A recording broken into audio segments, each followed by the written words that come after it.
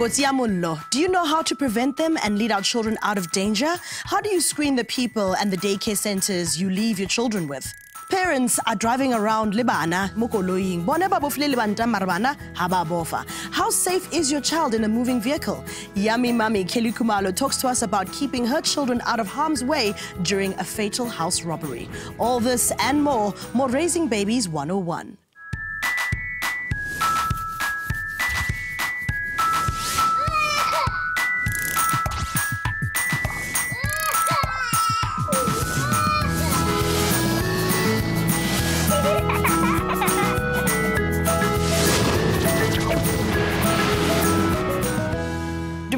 Hi, and to my lovely studio audience, a welcome to you too. Raising Babies 101, and we're talking all things safety and your little one. How many times have you had conversations with your children about fire safety? And how many times have you seen them playing with flammable and hot objects, even though you've told them, it's dangerous to do so?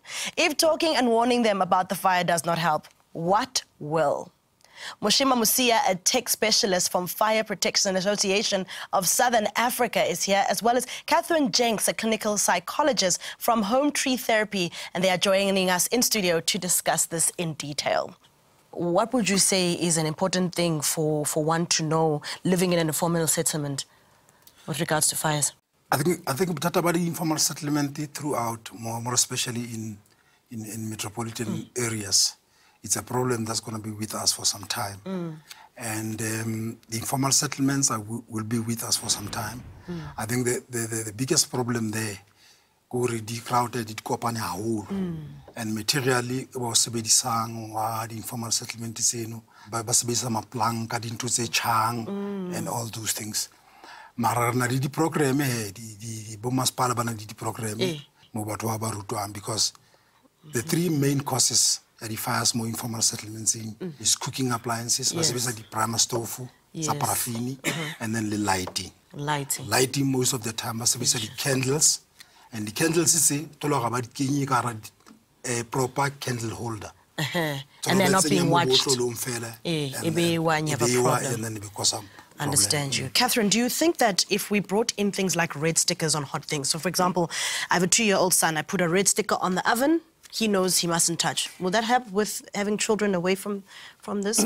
Yes, but then you'd have to consistently reinforce the message that that's what it means. So you've got to keep explaining. This red sticker means it's hot, so they learn to form that connection with the sticker. Red means hot, don't touch red.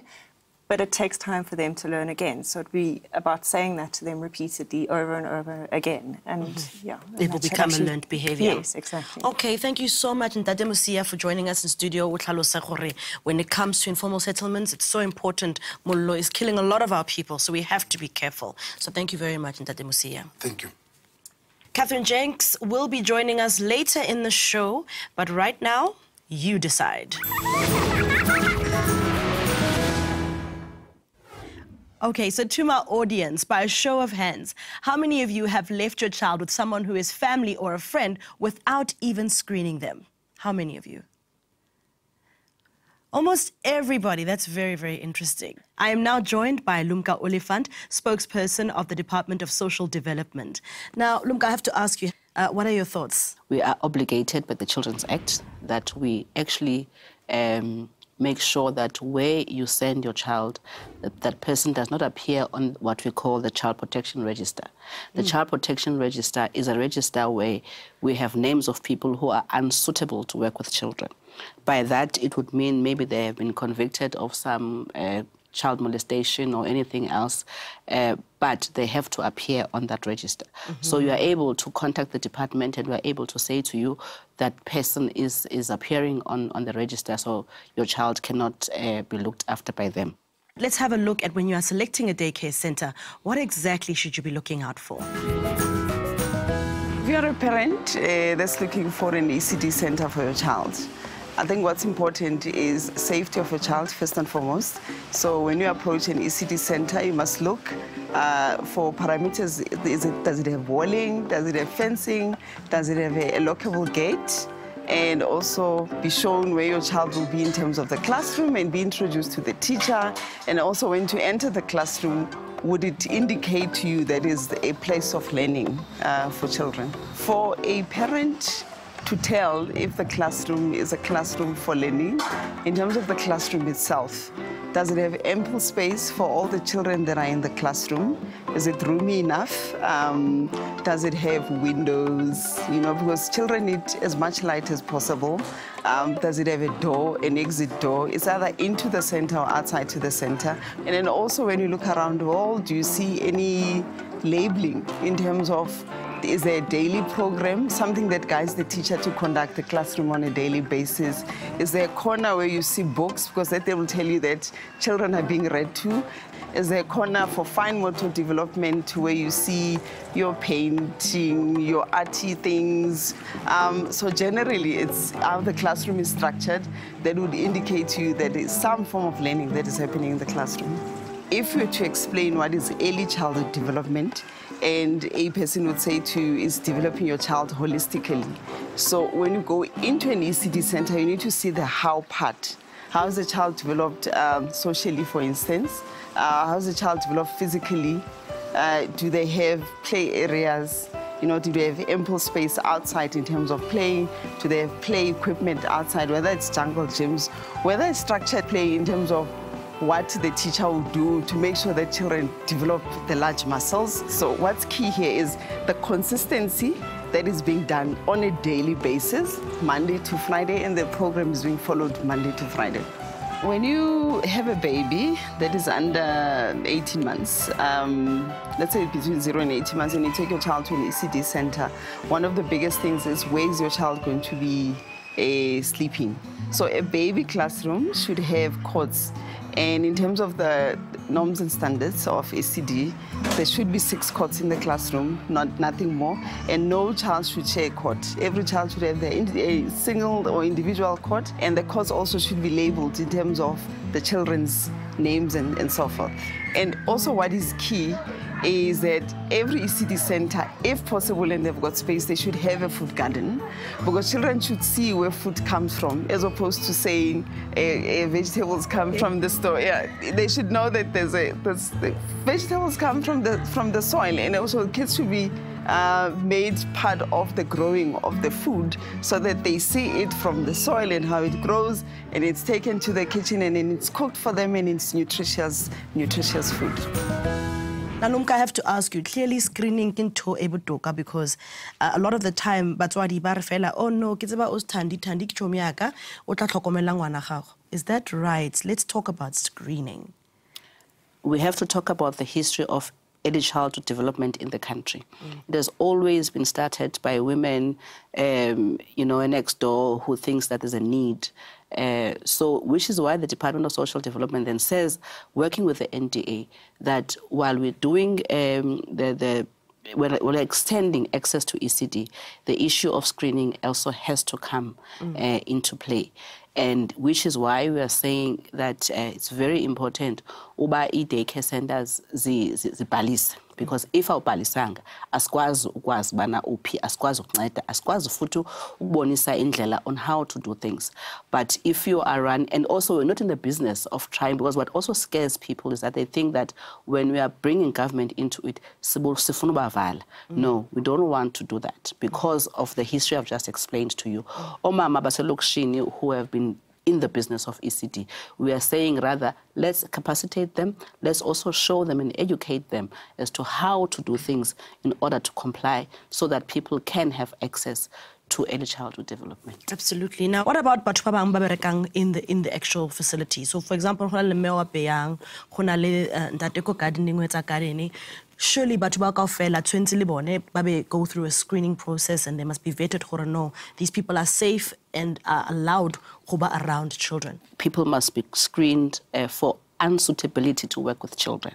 So everybody, whether you're a gardener, you're a peka, or anything, fanele uye a social development, and you contact us, and then we check for you if those people do not appear on the child protection register. It's not automatic that the school would have checked the... That's what I wanted to ask you, yeah, whether it's, is it automatic, or as a parent you must take it upon yourself? You must also make sure as a parent that they actually screen with the Department of Social Development, there are teachers and anybody else who is around your child. You can also, as an ordinary South African, or demand from the school to give you all the ID numbers and everybody who works around your child. We can do the screening for you and say, so-and-so does appear on the register or not. It's also important because there are two registers. One is with the Department of Justice, yes, where we're talking about sexual offences register. That one is specifically on sexual offences, and it sits with the Department of Justice. If you also want to check there as well, you can do the same. Okay, so basically, moral of the story, check. Don't take anything for granted, and make sure the teachers are they actually people recommended and vetted by government to be around Banabahau. Thank you very much, Lunga. We really appreciate your time, Lunga Ulifant. Thank you very much. Thank you. Moving forward, will you be screening your offspring's caregivers? You decide. More after the break.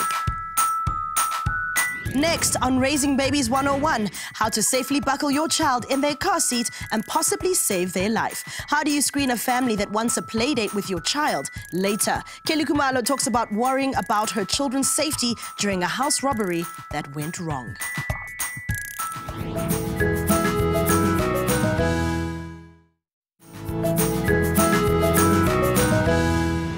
Reale almohela hape, more Raising Babies 101. By not buckling your child into a car seat, not only are you breaking the law, but you are also putting the life of your child at risk. According to Master Drive SA, in an accident, an unstrapped child's projectile can be 30 times more than their weight.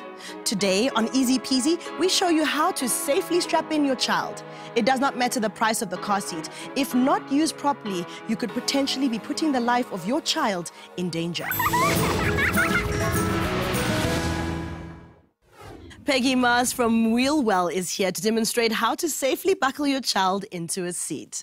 So, Peggy, here's my little baby. I'd love to strap my baby in. Would you show us how to do that? Certainly, certainly. Before we get there, can I just explain to you, these little ones, we're going to put them rear-facing in the car. Okay. We're going to travel that way, and the child's back is in the direction of the travel. Okay. That is because these little heads, necks and bodies are still very, very vulnerable. If your child is facing forward, a sudden stop, the little head will throw forward, and it can seriously hurt the little neck. So we're going to put little babies in the rear-facing direction. And do we have to stay clear of airbags and stuff like that? Airbags, no-go for little babies. If you have to put your child on the front seat, make sure that airbag is deactivated, because what it will do, it will smash the seat on this side and it will bang it against the backrest of the seat. That airbag comes out at about 350 k's per second. So it's going to explode into this, smash your child into here. Their little skulls are still soft. You cannot deal with crashes like that. So what we're going to do is we're going to put our little baby in the rear-facing position in here. Alrighty. We have put the seat in already, and you'll see this is a seatbelt installation. Okay. And this is perfectly safe if you do it right. Will you just hold hold the baby. Hold the baby. Come, sweetie. Just make sure that a baby fit in here. So we undo the buckle. So this would be already pre-done? You can do that before or after. It just really depends on how big your little baby is. The tiny little ones, maybe just put them in the car seat before you put it in the car. Because not all children are as well behaved as your little baby we have here. Okay. Put little baby in. Make sure that you have their little heads inside the safety zone here. This here is side impact protection. It protects the little head here from a side impact or when your vehicle spins. Okay. The harness must come nicely over the shoulders. And you take the two buckle pieces here. Make sure they fit together like two puzzle pieces. And then you click it into the buckle. Okay. So are there more buckle pieces the smaller the baby? No, there are always the two buckle tongs that fit into the buckle itself. Yes. And they're always interlocking. That is to prevent you from doing it wrong. Yes. Okay, and when you hear that click, you're good to go. And how tight should it be around the shoulders? When I put my son in, I always want to make sure that these straps are sitting right here. Is that correct? Or do they sit a bit lower? It depends. So when you go rear-facing, these little straps must be at shoulder level or slightly below. Because in a rear-facing position, frontal crash, most devastating one, your child will move up slightly, and you're trying to keep them inside that safety zone. Forward-facing, at shoulder level or slightly above, because now your child is facing the direction that you're traveling in, and they'll be thrown forward. So you want to hold them in. I see. Okay, Peggy, so I guess we've got this little small baby in. This one is about 6 months old. Yep. Now, here is my older baby. He's 2 years plus. Yes. Does he still sit rear-facing, or he If you faces forward? can, if you have the space in your vehicle, but with smaller cars, that's just simply not practical. But at 2, he's strong enough to look forward. Yes. As long as he is in a car seat, because the seatbelt won't fit him yet. And the size of the car seat? They are made to standard sizes. Okay. So baby seats go up to a certain size, toddler seats go up to a certain size, and after that then booster And it's usually seats. by weight, right? It's usually by weight and by height. All right, so I'm going to strap in my little 2-year-old boy. And as I do that, Peggy, I try and distract him because he is 2. So he does want to, you know, get out of it. He doesn't like it. He wants to do what he wants to do. So I'm talking to him, hey, baby boy, hey, cutie boy. And it's just to get those ones in. What I like to do is make sure they're right up against by his collar there. And then bring it down. Get a click. You must have a click. If you don't have a click, it's not secure. That I know. And then we pull. But not too tight. Just pull enough that the baby is safely secured. Peggy, what do you think? You've done it perfectly well there. You've tightened it nicely. You must not be able to pinch the strap like this. Then you know it's tight enough. So that one, just give it. There you are. Now we go nice and tight over his shoulder here. Strong part of the body. Yes. Over the top of his legs here. Strong part of the body. And the vulnerable organs inside there are safe. Nice and safe. So our studio audience, do you have a question about car seats and travel safety? Yes, nombuzo sis. Let's say ndihamba ndisuka nomntana emashopini. So umntana mengixela mama ndilambile. So ndidlula eshop ke ndimthengela ukutya lo ndimnika ukutya ehleli kanje emotweni. Lo ngapha ndiyadriver. Lo nto le safe na. A good question. It's something I always wonder. Feeding, giving a child food while traveling in a car seat in the back seat, considering choking and all that. Yes. Is that a safe thing to do? Yes, you can, as long as it's not a choking hazard. So don't give little raisins, peanuts, those little pink sweeties, don't give them that. Rather give them something bigger to eat on, like a fruit. No high sugar drinks or sweets, because it'll just pump them full of energy, and they're going to be more of a problem for you in the back of the car than without it. So keep it to fruit, dried fruit, water, watered down fruit juices. A little stick of biltong or druivors is perfect for a child to eat at the back. And what do you do if you can't afford a car seat at all? Come to visit us. Do you sponsor car seats? What we do is we ask parents to donate their used seats to us. Oh, I like see. this one, for instance. Didn't look like this when we got it. Okay. So what we do is we take this whole seat apart, we clean it, make sure that every little bit there works, Yes. and that it is clean. We don't want another baby's germs on your child. Yes. And then if it is safe, we ask parents then to come and get the seat from us, and all we're asking from them is a donation that they can afford. Well, there you have it. There is no excuse. Peggy and her team are very happy to donate a car seat for you. If you cannot afford one, a simple donation to Peggy and them, they will help you get one of these car seats for your bigger baby or even your smaller little one. Thank you so much, Peggy, for coming and showing Thank you us for exactly what to do having me. here. Thank you so Thank much. you. It's time now for Baby Shower. Okay, viewers, as we all know, parenting can be very, very costly. To make life a little easier for you, our baby shower segment is here to shower you with gifts. This week, we have a hamper with 1,000 Rand to give away. All you need to do is answer yes or no to one simple question correctly. Must an infant be in a rear-facing car seat when traveling? Yes or no? To enter this competition, answer yes or no on our social media platforms. Answer correctly, and one lucky viewer will be randomly selected to win this baby hamper. The winner will be announced on social media. Good luck!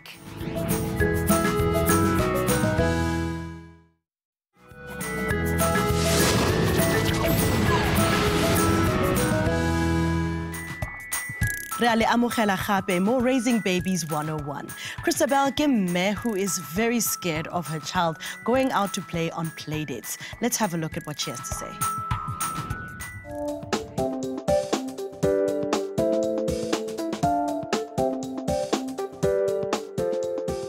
Christabel. I'm 26 from Midrand, and I've got a 3-year-old son. So obviously he's not at sleepover age, but he's at Playdate age, and he's at school. So naturally, sometimes kids would want to have play dates and they'd ask their parents and stuff. Actually, a lady asked me, oh, you should bring your son over so he can play with my son because they're the same age.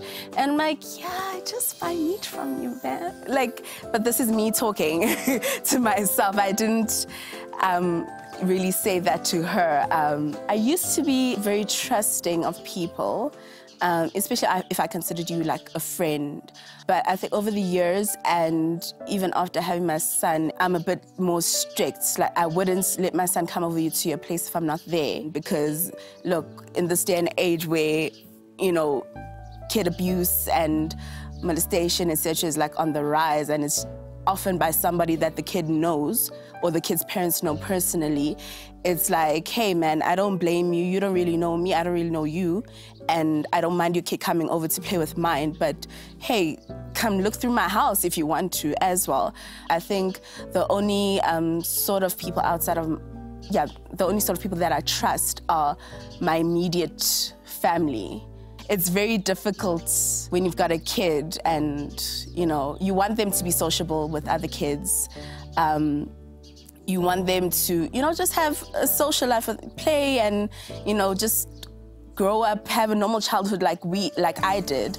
But in today's world and how our society is and has become, like, the world is just ugly. Yes, there's beauty in it, but it's just ugly. So I will not trust strangers and their family so easily with my kid. I will come over to your house with my kid for this play date.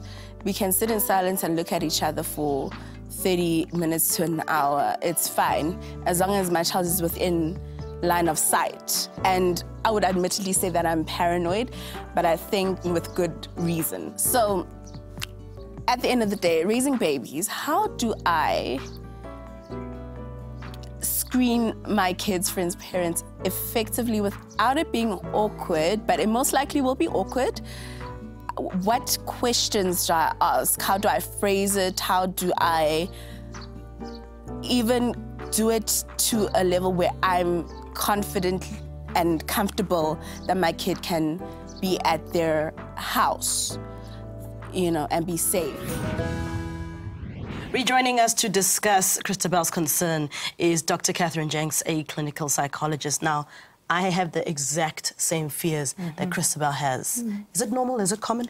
I think it's a very rational fear. She's raising something that, yeah, there are lots of concerns in society today about the safety of our children. The world is a little bit different. So I think that it's a very normal fear. And especially for kids under the age of 5. Her son is 3. He's not really in a space yet where he can make his own decisions about what happens on a play date, or is not really aware of any of the dangers that could exist on that play date. And I guess as parents, it's our responsibility to make sure that where we're sending our children is safe and it is okay. So how does Christabel get over this? Does she maybe invite the family over to her place for the first couple of play dates? And is it offensive to the other family? Well, I guess when the safety of your child is concerned, it's up to you to feel comfortable. So yes, invite the mom over if you want, and let your children play. You can observe the children playing, or you can say, look, I prefer just for the time being. She's saying, you know, when he was younger, she'd go along for play dates, but I think that's still perfectly appropriate for kids who are between sort of the ages of 3 and 5. And is there a cutoff of like, okay, mommy, you can relax. Yes. Your child is old enough to tell you if anything goes wrong. Is there a particular age group where you feel more comfortable? Sort of over the age of 5, I think you can start relaxing a little bit But more. before By the 5? age of 7, yeah, probably more or less okay. Having said that, I think I would still, you know, even at that age and even older, I'd still want to check out, you know, what's going on in this household, who's there, what are the rules. Yes. And when your child goes on that play date, is it important for a parent to ask the child, how did the play date go? Absolutely. I think you're more than welcome to ask your child, but I also think it's about teaching your children, you know, if this happens, what are you going to do? Are you going to call mom? You know, so also teaching them tips and tricks that they can use when they go to a playdate, if they are on their own, to make sure that they can be in contact with you, to make sure, for example, I don't go in a room alone, you know, when I'm not being watched by whoever. Those kinds of things you can teach your child as well. So it's a dual thing. So you can talk to the mom, find out what are the rules in their house, and you can also talk to your child about what sort of rules you want them to go with. Speaking about the rules in their house, some homes, people have ditunya, guns. Some homes, vicious dogs. As a parent, are there certain checklist you must have before you agree to certain things? Or how would that work? I would be inclined to say yes, you're entitled to ask the other parent, do you have a swimming pool? Is there a net? What are the dogs like in the house? Do you keep guns in your house? And it's not too invasive and too rude. Some parents might experience that as completely invasive, but you know, I'm going to go back to saying if your role as a parent is to keep your child safe, you're perfectly entitled to ask. And if the other parent is actually uncomfortable with you asking or with you being, you know, if they start feeling, oh, you're invasive, then I wouldn't be so comfortable to send my child there. So we have a studio audience question from Nandi. And umtanam uyichoma up next door. So I want to know secure kanjani safety umtanam kuma neighbors mangabe change attendance. So Catherine, her question is very much to do with her neighbors. You have neighbors, there are tenants that come in, come out, and they have children. How do you secure your children? Because kids will be kids. They see another kid next door, they get excited, they want to be friends. But then next month, new people move in. How does she protect her children from all these different people moving in and out every day? So I guess, again, it's age-related. So yes, at a certain age, depends on the age of the child, you're going to want to have to try and explain to them that actually people's spaces are people's spaces if you want to protect them from all these different people coming in and out, and say to them, you know, next door is next door. We don't go next door without asking if that's okay, that's a good one. For that's example. How old is your child, Nani? She's 5 years. 5 years old. Okay, so at that age, she's perfectly able to start understanding that, you know, there are different people. You can start explaining principles of why she needs to look after herself and why it might not be such a good idea for her just to go next door. And say, okay, if you want to go next door, you need to ask. And do you think also she should make sure that there are certain boundaries not crossed? For example, if someone wants to touch somewhere out of bounds and you speak, you tell mommy if anywhere or sweets or anything, you must tell mommy because then she can then react. Yes, exactly. So it goes back to preparing your child to go somewhere, and those rules apply. You don't go in a room alone with somebody unless there's somebody you know and trust that is around. You know, you don't show your private parts to somebody. You don't take sweets from people. So just keep reinforcing all of those rules so that they learn what to do in a situation like that if they find themselves in trouble. Okay. And encourage, and also be able to encourage them to talk back to you. You were asking earlier, you know, can you ask how a play date went? But develop, so make sure that there's trust. You can always tell mom, you know, whatever's happened, it's okay, I'm not going to be angry with you, but just come and talk to me. I think Dr. Jinx has really answered that nicely. Thank you so much, Catherine, for your time and giving us some insight on what to do when our little ones want to make new friends that mommy's not so comfortable with. My pleasure. In Baby's Health A to Z, what is wheezing and how do you identify it in your baby? Yummy Mommy Kelly Kumalo joins us in studio to discuss her children's safety during a traumatic experience.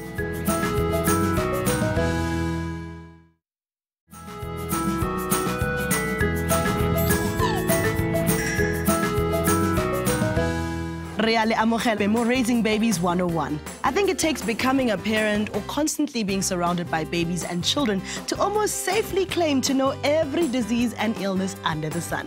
Our letter for Babies Health A to Z is W for wheezing.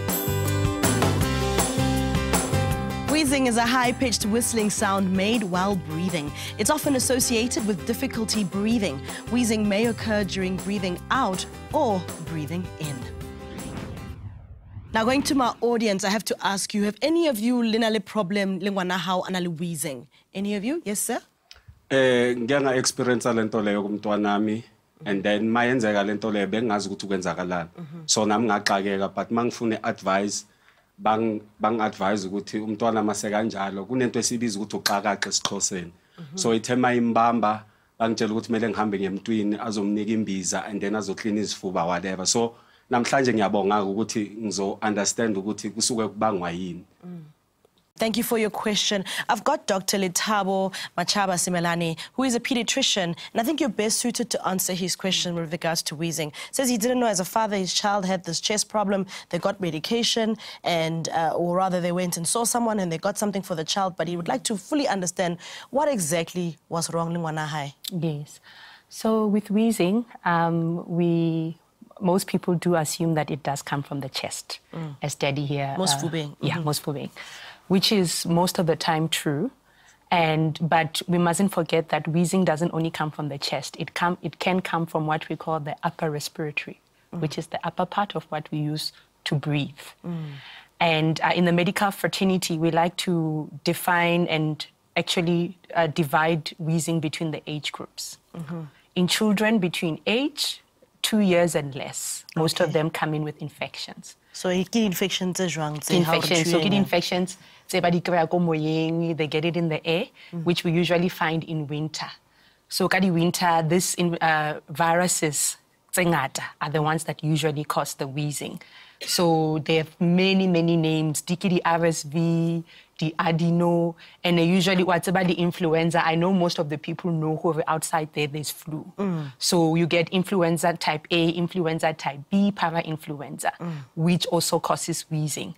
So in those age 2 years and less, we call it bronchiolitis, which is the infection yasifuba. So Daddy rightfully said that they told him that they need to clear the chest. So I think even though people are not medically inclined, they do think along the right terms. Whereas in children who are 2 years and older, then it's other different things that you need to think about. So health in South Africa is free. So there is no way a parent cannot access any healthcare in South Africa, whether you are in Limpopo, Mpumalanga, KZN, health in South Africa is free, so parents do have access to all of that. The allergies, especially change of season, the hay fever and things like that, and also smoking and other things like that, could they affect? We say acute bronchospasm, meaning that when the allergen hits in the chest, the airways start actually reacting to that. And that's how you said, that's how you actually hear the wheezing sound. So it's like somebody actually blowing on a Coke bottle, well put, So which is why when a child is 2 years and above, that's when now we can start diagnosing things like asthma. Because with asthma, we have it a lot in our communities, especially when we're in public. We used to see it a lot. There's a lot of smoke. So when somebody is cooking next door or even in the community, then they inhale a lot of stuff. So you find Huvingwana, maybe genetically they were not supposed to be an asthmatic. But constant irritants, the paraffin smoke, all of that. Exactly. So which is the other thing that we see. And then also number two, not forgetting the most important thing as well, foreign bodies. Especially those who are crawling and walking. Peanut. We had a case go Baragwana Thiangwana, Ankile peanut. Aisha. Kanti, it didn't go to the stomach. It went into the chest. So, Mwana came, recurrently we're treating for pneumonia, which is what we usually see, because got X-ray, it looked like a pneumonia. But then after a while, we realized, no, something is not right. And the way it looked on the X-ray, camera, the pulmonologist, Baba specialized in the lungs, baya kuting, kantiki peanut.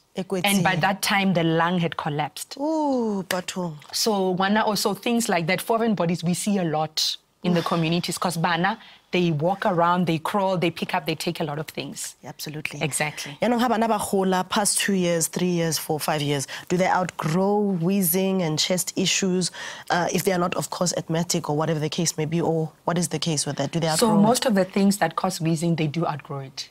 When I lead that infection, papa ola. It was just for a period in time.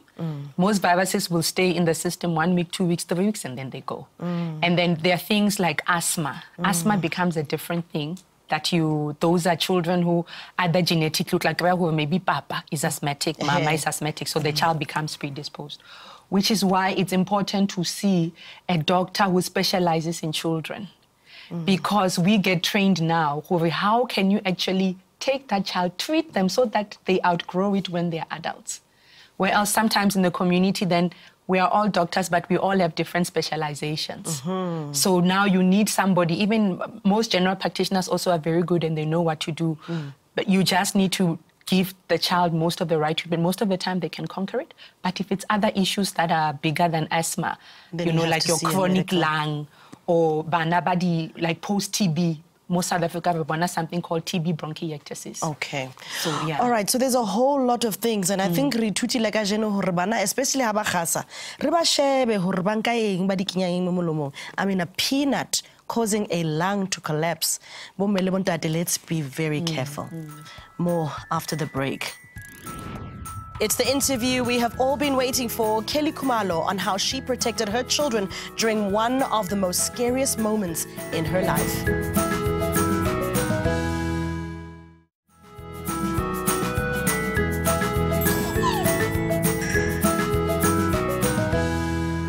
Imagine not only having your house broken into when you are inside it, but so also having to worry about your children who are in the house when this ordeal is unfolding. This could easily be any parent's worst nightmare. The fatal house break-in that took place over 3 years ago still haunts Kelly and her children. Ladies and gentlemen, please help me welcome songstress, actress, but most importantly, mother, Kelly Khumalo. Welcome to the show. Thank you for having me. Now, Kelly, I know Hubamme is probably one of the toughest jobs in the world. And you're not shy about talking about how difficult being a mother has been for you. Yeah. Your experience with 2 children. Oh, my. Maybe let's take it back to 7 years ago when I became a mom for the first time. I mean, the pregnancy was beautiful and all that, but having to now get to be with this person was a different experience altogether. Now you have this child that you are responsible for. And I think for the first 6 months of being a mom, I was depressed. And I didn't even know that I was depressed because I was forever crying about nothing. And when I researched, that's when I found out that I was actually depressed.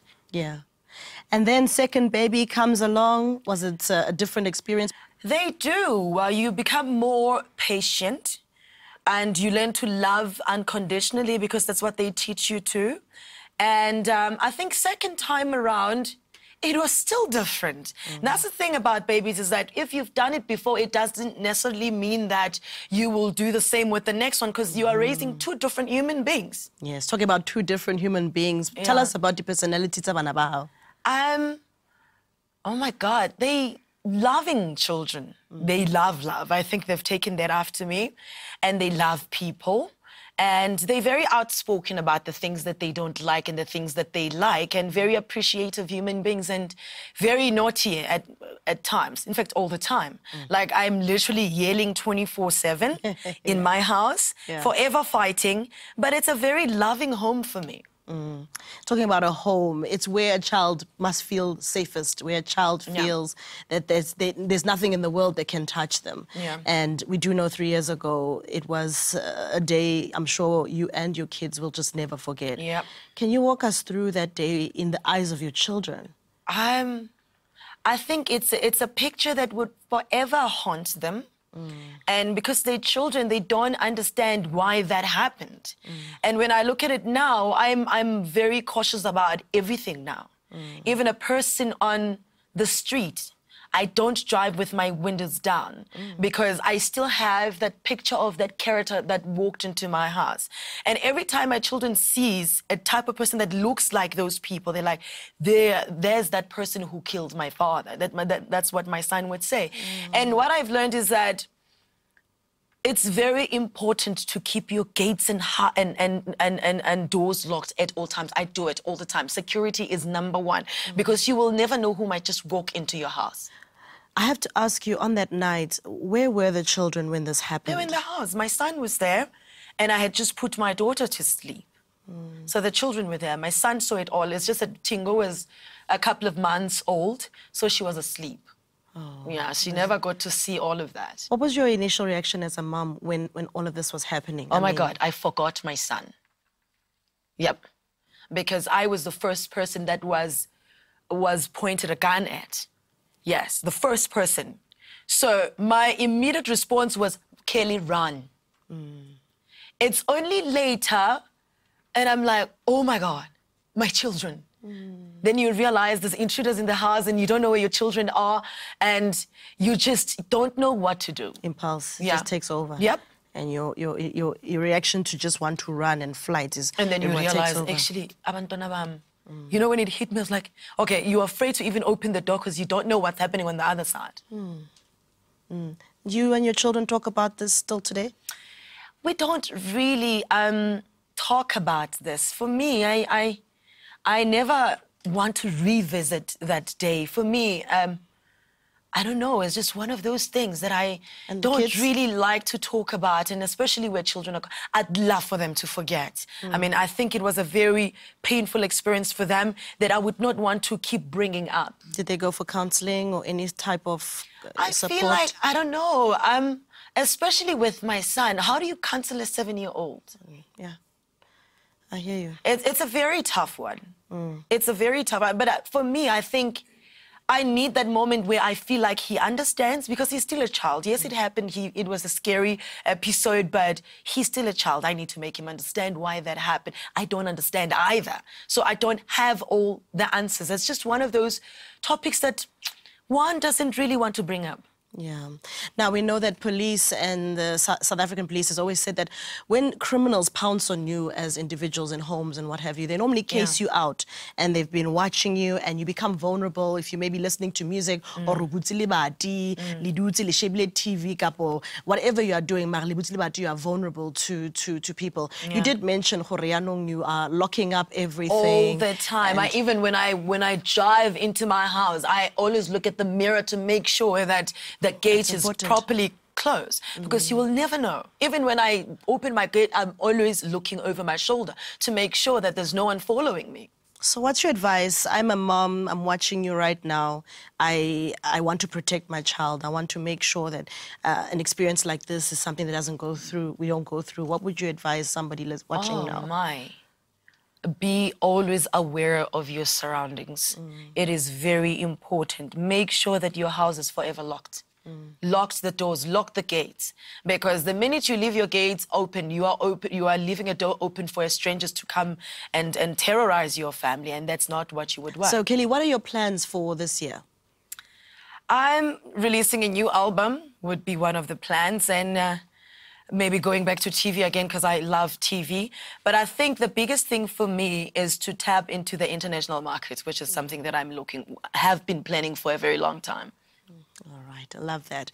Well, we got a question from our studio audience. Siyasibona ukuthi abazali makwenzakala into eziso phambi kwabantwana ba end up ba reject abantwana ba end up abantwana bahlukumezeka, but yini ekwenza ube strong kangaka ekwenza ukuthi abantwana bakho baphile ngalendlela abaphila ngayo namhlanje ni together ngalendlela? I am responsible for my children, number one, and number two, I love my children very much, and I love God. God is the anchor of everything in my life. So for me, as a parent, after what has happened, I know people get depressed and you feel like you don't want to see your children, but at the end of the day, I am all they have, and they are all I have. So I have no choice but to be there and try and do the best that I can possibly do as a parent. Thank you so much, Kelly. You've been really candid and transparent.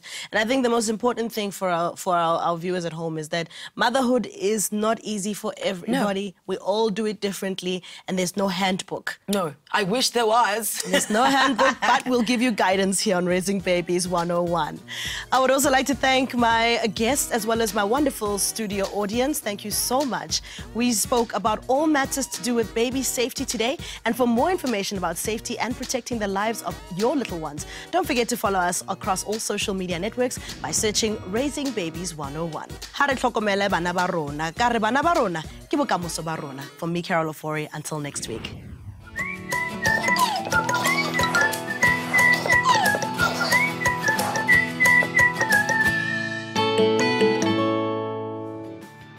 Welcome to Pep Talk, the ultimate guide for your children's upbringing. Toddlers get bored quite easily, so the job for mom and dad is to always be prepared for anything, especially when traveling with your little one. Today's tips are about what to pack for your toddler when you travel. Whether you're running a quick errand to the shops with your toddler or taking them to crèche or a playdate, you always have to have a backpack ready for them. The essentials that go into the backpack are diapers, if your toddler still needs them, plastic bags for soiled diapers and dirty clothes, tissues, wet wipes, your child's favorite toy, and book, an extra set of clothing and underwear, and lastly, the backpack that all these items will go into. You can get one of these, which come in assorted colors that suit your child's taste. Always triple check that your child is safely buckled up when traveling. Now here are a few things to remember before you leave the house. Always keep a checklist on your fridge door or any other place that is convenient with all the things you need when traveling with your child. Pack a snack with healthy nibbles in one of these convenient lunch boxes. Catch us next time right here on Pep Talk, your helping hand in parenting. To stand a chance to win some exciting prizes, get onto our social media pages and enter our weekly competition. See you next time.